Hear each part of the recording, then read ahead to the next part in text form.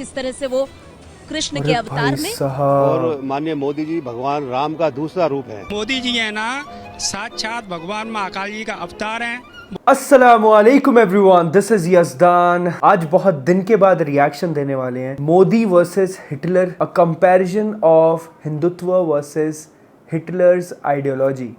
ये जो वीडियो है ऑफिशियल पिंग ह्यूमन चैनल की तरफ से। ध्रुव राठी की वीडियो नहीं है ये, बट वो भाई ने इस वीडियो को इस तरह से एडिट किया है कि ऐसे लगता है कि ये ध्रुव राठी की वीडियो है। बट लेट्स सी कि ये वीडियो क्या है, कैसी है। Let's start this video.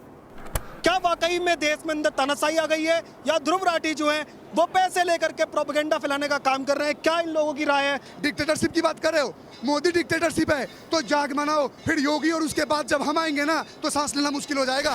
नमस्कार दोस्तों, कभी सोचकर देखा है कि कैसे दुनिया के सबसे जाने माने डिक्टेटर एडोल्फ हिटलर ने करोड़ों लोगों को ब्रेन वॉश किया अपना अंधभक्त बनने पर। मोदी जी जैसा नेता ना था, ना है, ना आएगा। दुनिया का सबसे बेस्ट प्राइम मिनिस्टर है, ऐसा लीडर दुनिया में कहीं भी नहीं है। बाप जो पैदा किया उससे बड़ा मोदी है, उतना वो भगवान है, भगवान उनका नाम है भगवान। देश का भगवान नहीं, विश्व का भगवान। 1923 में एक बायोग्राफी लिखी गई थी हिटलर पर, जिस बायोग्राफी में हिटलर को जीसस क्राइस्ट से कंपेयर किया गया और वो एक ऐसे इंसान है जो जर्मनी को आकर बचाएंगे। मैं तो कह रहा हूँ, बार बार कह रहा हूँ, हिंदुस्तान को हिंदुत्व विचारधारा से हमेशा रंगीन बनाए रखने के लिए परमात्मा ने राजनीति के क्षेत्र में मोदी और योगी जैसे महान व्यक्तित्व को भेज दिया है। और मोदी जी भारत के लिए भगवान का वरदान बन के आए हैं। भगवान ने ही मनुष्य के रूप में नरेंद्र मोदी जी के रूप में अवतार लिया। हमारे माननीय प्रधानमंत्री जो खुद भगवान का रूप है, मोदी जी के रूप में श्री रामचंद्र ने जन्म लिया है। मोदी राम और कृष्ण की भूमिका में है। बाद में पता चला दोस्तों, ये बायोग्राफी हिटलर ने खुद ही लिखी थी, खुद ही अपने आप को जीसस क्राइस्ट से कंपेयर किया था। इसमें देख सकते हैं प्रधानमंत्री मोदी को किस तरह से वो कृष्ण के अवतार में। और माननीय मोदी जी भगवान राम का दूसरा रूप है। मोदी जी है ना, साक्षात भगवान महाकाल जी का अवतार हैं। वो इस संसार में सनातन धर्म की रक्षा के लिए ही उनका अवतार हुआ है। हमारा मोदी भगवान है और अमित शाह भगवान है, और मोदी राम और अमित शाह कृष्ण। मैं मोदी जी को ब्रह्मा विष्णु महेश कहूंगी। पूरे देश को उनकी पूजा करनी चाहिए। आप पूछोगे जर्मनी की आम जनता ने इसमें क्यों विश्वास किया? इसके पीछे दो मेन रीजन है। पहला यह है कि सारा मीडिया हिटलर के सामने बिक चुका था। देश की हर माँ ये चाहती है कि उसका बेटा प्रधानमंत्री मोदी जैसा बने, और हर बेटा भी खुद को नरेंद्र मोदी से जोड़कर देखना चाहता है। मोदी जी के पास हर चीज का सॉल्यूशन है। पीएम मोदी जैसा कोई नहीं, पीएम नंबर 1। 2024 में नरेंद्र मोदी दुनिया के प्रधानमंत्री बनेंगे क्या? अगर एक आम आदमी लॉजिकली सोचकर डेटा के हिसाब से वोट देगा तो कभी भी एक डिक्टेटर को वोट नहीं देगा। तो इसलिए एक डिक्टेटर को पैथोस यानी इमोशंस पर रिलाय करना पड़ता है लोगों का वोट लेने के लिए। प्रधानमंत्री मोदी खुद को पैदाइशी राष्ट्रवादी हिंदू कहते हैं, इसे स्वीकार करते हैं। पीएम मोदी ही हिंदू हृदय सम्राट हैं। देश के हिंदू हृदय सम्राट ही नहीं है, आज वो सबसे बड़े हिंदू हृदय सम्राट। इंडियन अलायंस वाले लोग जानबूझकर हिंदू धर्म का अपमान करते हैं, और पहले जब उनकी सरकार थी उन्होंने कहा था कि देश की संपत्ति पर पहला अधिकार मुसलमानों का है। कि चुनाव बाबर और राम के बीच है, ये आपको तय करना है। राम जादव की सरकार बनेगी या हराम जादव की सरकार बनेगी। भैया तुम लोगों को अली मुबारक हो, हमारे लिए बजरंग बली हमारे साथ में है। इसलिए निर्णय इस बात का होगा कि इस्लाम जीतेगा कि भगवान जीतेगा। जय जय श्री राम, जय जय श्री राम, जय जय श्री राम। सिर्फ पैथोस का इस्तेमाल करना, सिर्फ इमोशंस का इस्तेमाल करना काफी नहीं है किसी भी डिक्टेटर के लिए। एक डिक्टेटर को अगर सही में डिक्टेटर बनना है तो लॉजिक को पूरी तरह से खत्म करना पड़ेगा पहले। विज्ञान तो ज्योतिष के सामने बौना है, और इसलिए मैं कहना चाहता हूँ, ये ज्योतिष विज्ञान सारी दुनिया के लिए नंबर 1 का शिरमन। यदि हमारे प्रधानमंत्री जी ने कहा है कि हाँ, हमारे पास जब दुनिया में कुछ नहीं था तो भी हमारे पास प्लास्टिक सर्जरी थी। हम गणेश जी की पूजा करते हैं, कोई तो प्लास्टिक सर्जन होगा उस जमाने में जिसने मनुष्य के शरीर पर हाथी का सर रख करके प्लास्टिक सर्जरी की प्रारंभ किया होगा। सतपाल सिंह ने एक बार फिर क्या बात कर रहे हैं ये कहा कि इंसानों की विकास यात्रा बंदरों से शुरू नहीं हुई। वे मानते हैं कि हम ऋषियों की संतान हैं। हम तो ऋषियों की संतान है ऐसा हम मानते हैं। हमारी भारतीय संस्कृति ये मानती है कि हम ऋषियों की संतान हैं। मैं खुद को बंदर की संतान नहीं मानता। किसी ने बंदर को इंसान बनते नहीं देखा। बात तो सही है। एक जीवन में कोई यह कैसे देख सकता है? किसी ने ऋषियों को जरूर देखा होगा तब, लेकिन ऋषियों से इंसान बनते हुए किसने देखा? ये सवाल तो किसी ने सतपाल जी से भी नहीं पूछा, तो फिर ये सवाल उठा क्यों? तो फिर आप ब्रेक क्यों नहीं ले लेते हैं? ले लीजिए ब्रेक। एक भारी मात्रा में स्यूडो साइंस भी देखने को मिलती थी। ऐसे फर्जी रिसर्च पेपर्स निकाले जाते थे जिसमें रिसर्च छापी जाती थी कि देखो कैसे हम जो जर्मन्स हैं वो बड़े सुपीरियर रेस के हैं, हमारा जो ब्लड है वो प्योर है, और जो बाकी लोग हैं, बाकी रेस के लोग हैं, वो एक सब ह्यूमन कैटेगरी में आते हैं, हमसे निचले लोग। हिंदू धर्म में जिस व्यक्ति का जन्म होता है वो व्यक्ति बहुत ही भाग्यशाली होता है।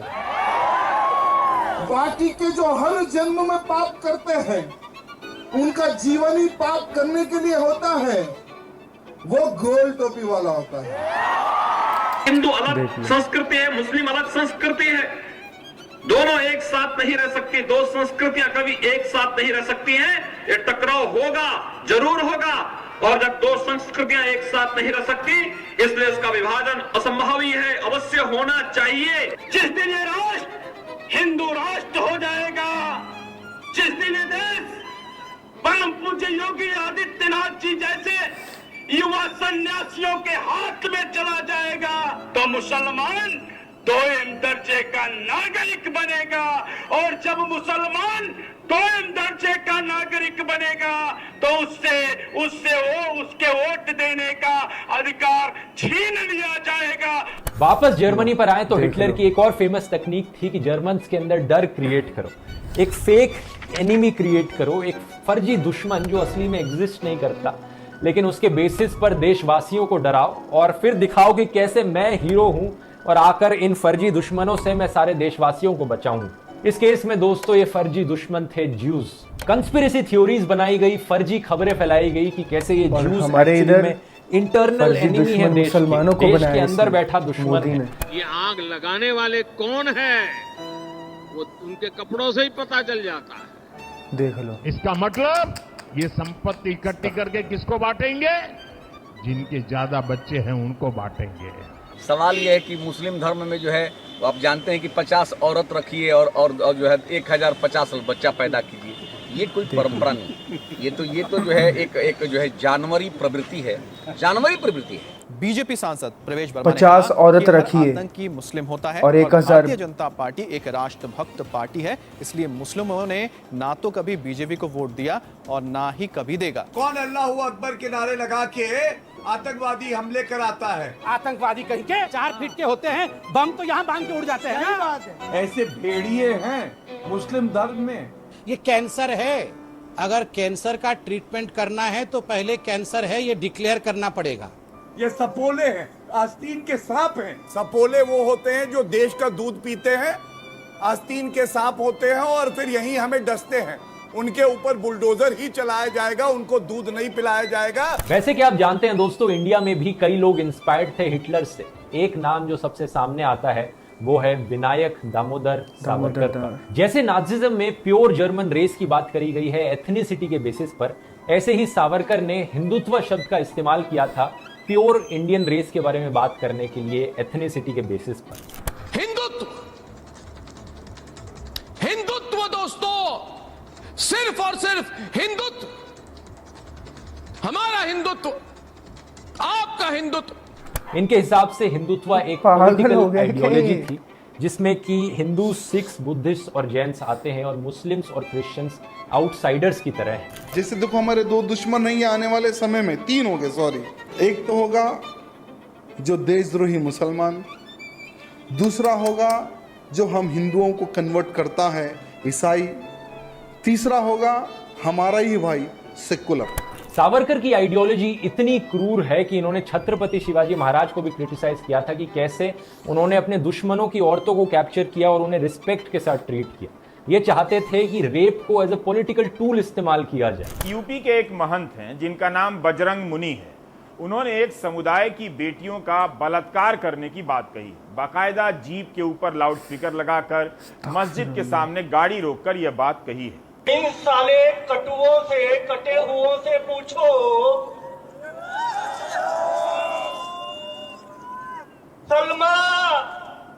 सलमा इंतजार कर रही है मेरे बजरंगियों का कि अगर वो एक हिंदू बालिका को ले जाएंगे तो कम से कम 100 मुस्लिम बालिकाओं को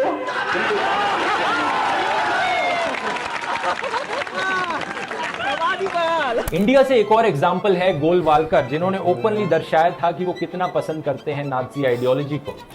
अपनी नस्ल और संस्कृति की शुद्धता को संरक्षित रखने के लिए जर्मनी ने यहूदियों जैसी नस्लों को राष्ट्र से मिटाकर पूरी दुनिया को चौंका दिया।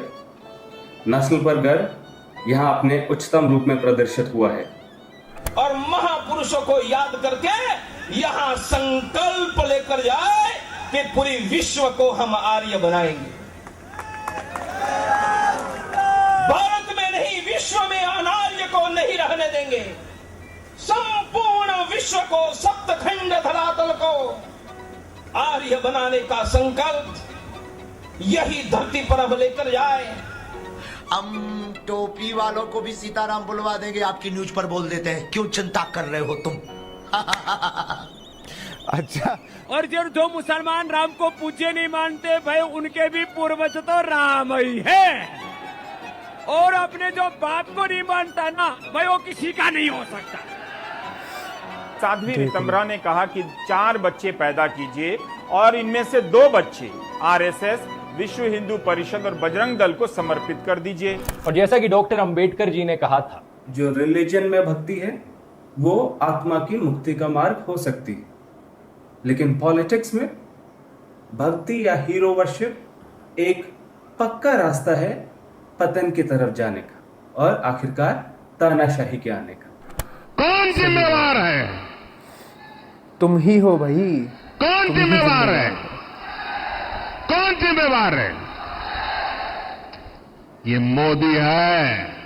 मोदी है तो मुमकिन है, मोदी है तो मुमकिन है। जय श्री राम। मोदी है तो मुमकिन है, मोदी है तो मुमकिन है, मोदी है तो मुमकिन है। हर बार मोदी सरकार। We love Modi ji. So much Modi ji. यदि ये सब बातें या मोदी जो अभी कर रहा है देश में, वो यदि डिक्टेटरशिप है, तो मुझे लगता है कि we need that kind of leader. हमें इसी तरह की तानाशाही एक तरह से चाहिए। तो ऐसी डिक्टेटरशिप भारत को लंबे समय तक चाहिए। तो ये तानाशाही भारत का लक्ष्य होना चाहिए। सो गाइस, देखा आपने किस तरह से हमारे बीजेपी के नेता, कैसे उनके दिल में कितनी ज़्यादा क्रूरता और कितनी ज़्यादा उनके दिल में नफ़रत भरी हुई है मुसलमानों के लिए। किस तरह से वो बोल रहे थे, वो योगी आदित्यनाथ साहब, मिस्टर नरेंद्र मोदी, फिर उसके बाद उनके जितने भी मिनिस्टर्स हैं बीजेपी के, किस तरह से वो सिर्फ़ और सिर्फ हिंदू मुस्लिम मुसलमानों को गाली देना, दैट्स इट, और उससे ज़्यादा वो कुछ नहीं करते हैं। ना ही वो यूनिटी की बात करते हैं कि कैसे हम जो हमारे देश में जो ये कम्युनल हेट्रेड फैला हुआ है, कैसे हम इस चीज़ को दूर करें, कैसे हम सबको साथ में लेके आएँ। जैसे दूसरे देशों में लोग साथ में मिलके रहते हैं, वहाँ पे भी तो अलग अलग विचारधारा के, अलग अलग रिलीजन के लोग रहते हैं। जैसे मैं एक आपको एग्जांपल दूँ तो सिंगापुर में, अभी हाल ही में सिंगापुर गया था, वहाँ पे मैंने देखा एक खूबसूरत मंदिर बना हुआ है, हिंदू टेम्पल, एक खूबसूरत मस्जिद बनी है उसके बाजू में, और उसके ही बाजू में एक खूबसूरत बुद्धिस्ट टेम्पल है और एक चर्च भी है, एक ही लाइन में। और सब अपनी अपनी रिलीजन की प्रैक्टिस कर रहे हैं, सही से अच्छे से रह रहे हैं, एक दूसरे को अच्छे से मिलते हैं, एक दूसरे के साथ कोई हेट्रेड नहीं है, कम्युनल हेट्रेड नहीं है। तभी सिंगापुर नंबर 1 पे आता है पूरे एशिया में, जीडीपी में, इकोनॉमी में, बिजनेस हब है सिंगापुर, और पूरे वर्ल्ड में नंबर 2 पे है। क्यों? बिकॉज ऑफ यूनिटी, के वहाँ के लोगों में ऐसी तुच्छ बातें नहीं हैं, वहाँ के मिनिस्टर्स, वहाँ के नेता करप्टेड नहीं है, वहाँ की पुलिस करप्टेड नहीं है। हमारे देश में देखिए आप किस तरह से जो इतनी ज़्यादा पढ़ाई करके IAS ऑफिसर, IPS ऑफिसर, उस बंदे को सल्यूट मारना पड़ता है एक अनपढ़ गवार शख्स को, मिनिस्टर को, मंत्री को, जिसने कभी भी कुछ नहीं किया होता, हालांकि वो शख्स एक आरोपी होता है, एक गुनहगार होता है, उसको एक आईपीएस को, एक आईएएस को, एक गवर्नर को सैल्यूट मारना पड़ता है। भाई सोचो आप, ये कैसी पॉलिटिक्स है ये। कोई एजुकेटेड नहीं है और फिर उसके बाद लड़ाते हैं जस्ट अपने फ़ायदे के लिए, लोगों के बीच में दंगे कराते हैं, लोगों के बीच में हेट्रेड पैदा करते हैं। मैं देख रहा हूँ कि कितनी ज़्यादा हेट फैल चुकी है हमारे हिंदुस्तान के लोगों में। कोई एक दूसरे को पसंद नहीं करता है। क्यों नहीं करता है? Just because of this politicians. अगर हमने आज इस चीज़ को ख़त्म नहीं किया, इस चीज़ से हम आगे नहीं बढ़े, तो आगे जाके बहुत ज़्यादा बुरा वक्त आ सकता है, just because of these politicians, these kind of politicians. अभी जो इलेक्शंस आ रहे हैं, इसमें बढ़ चढ़ के हिस्सा लें और अपना वोट सही बंदे को जिताने में लगाएं, ना कि एक गलत इंसान को जिताने में। ठीक है जी, अस्सलाम वालेकुम, जज़ाकल्लाह खैर। मिलते हैं अगले वीडियो में। जज़ाकल्लाह।